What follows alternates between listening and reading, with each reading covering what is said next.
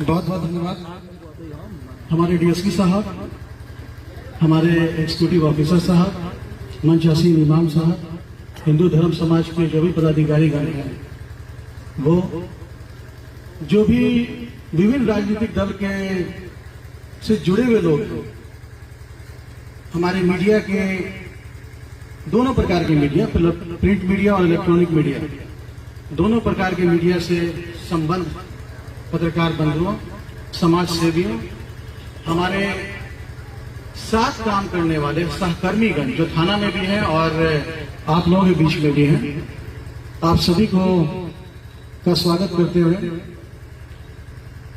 मैं सबसे पहले अपने तेज तर्रार थाना प्रभारी इंस्पेक्टर साहब को धन्यवाद देता हूं कि उन्होंने नागरिकों का सम्मान किया। बहुत कम ऐसा अवसर आता है जब नागरिकों का सम्मान किया जाता है। मुकेश जी न केवल मेरे कुलीग हैं, अभी तो हमारे साथ या मेरा उनसे बहुत भावनात्मक संबंध भी है। हम लोग एक ही कॉलेज के एलुमनाई रहे हैं। मुकेश जी उसी कॉलेज से पढ़े हैं जहां 12 वर्षों बाद मैंने अपना दाखिला लिया था, और इस चीज को लेकर के आज भी जो हमारा कॉलेज का ग्रुप है उसमें मैंने इस बात को, इनके तस्वीर को साझा करते हुए लिखा कि देखिए एक हमारे कॉलेज के एक होनहार स्टूडेंट आज एक कितना प्रतिभावान पदाधिकारी बने। इन्होंने जब यहाँ प्रभार संभाला तो बहुत सारी चीजें हम लोगों के साथ विचार विमर्श के क्रम में अपनी तरफ से आइडियाज दिया, जिसमें एक बहुत बड़ा आइडिया था कम्युनिटी पुलिसिंग का। जो शांति समिति के लोग थे या जो समाज के प्रभावशाली लोग थे, उनको भी हम लोगों ने व्यवस्था से जोड़ा। ये इन्हीं के बारे में थे और इन्होंने पूरी कार्य योजना बनाई, और हम डीएसपी साहब और हमारे एसएचओ हर पर्व त्योहार पर हम लोग साथ बैठते थे, और हमारे इंस्पेक्टर साहब मेन स्ट्राइकर की भूमिका में होते थे, और सारी योजना बनाने के बाद उसका क्रियान्वयन जो होता था वो हम लोग आंख मूंद कर इन पर छोड़ देते थे कि अगर एसएचओ साहब हैं तो वो निश्चित रूप से ये चीजें मुड़ लेगी।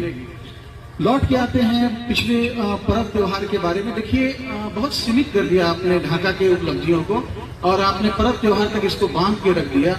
आप याद कीजिए पिछले 2 वर्षों में 2 बड़े चुनाव भी ढाका में हुए।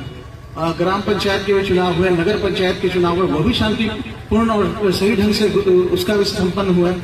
इसके अतिरिक्त सारी परीक्षाएं हुई, यहाँ तक कि बिहार लोक सेवा आयोग की संयुक्त प्रारंभिक परीक्षा वो भी अच्छे से कंडक्ट हुई।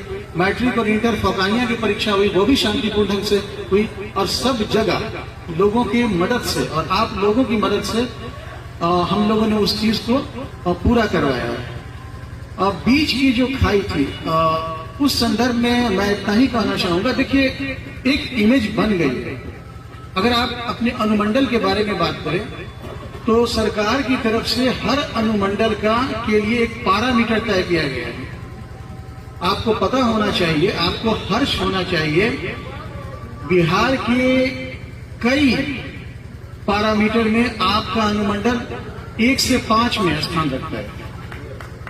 कई ऐसे पैरामीटर हैं जिसमें 5 से 10 के बीच में स्थान रखता है।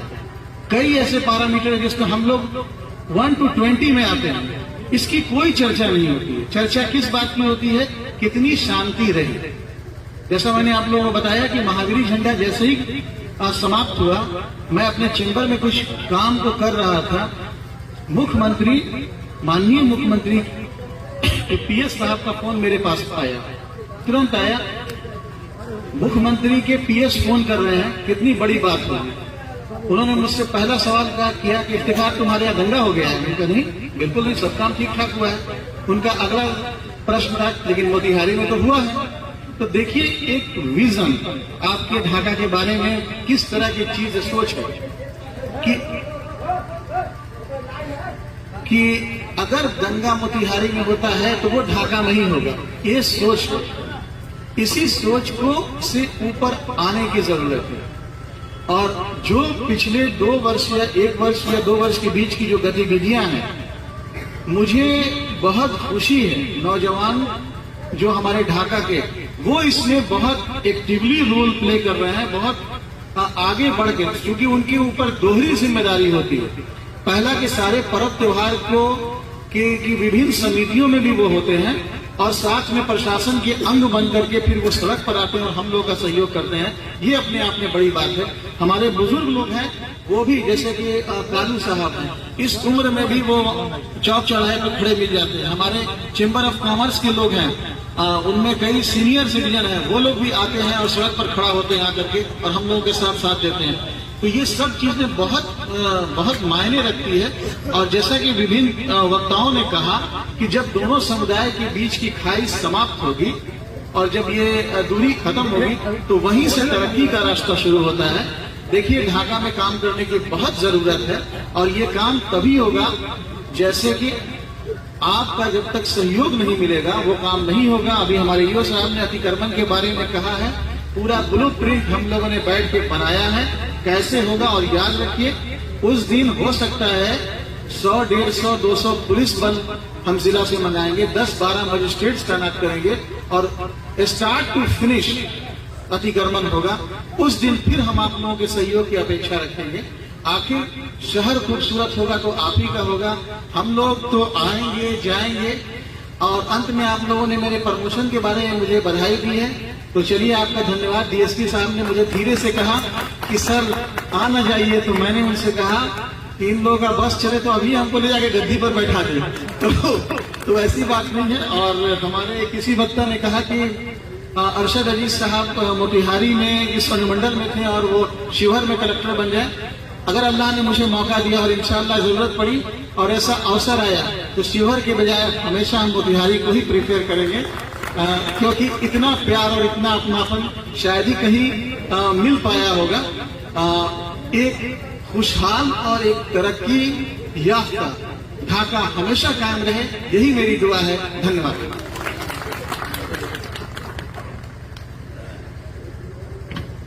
बहुत बहुत धन्यवाद हमारे जीओ साहब, पूरे दिल से पूरे मिजाज से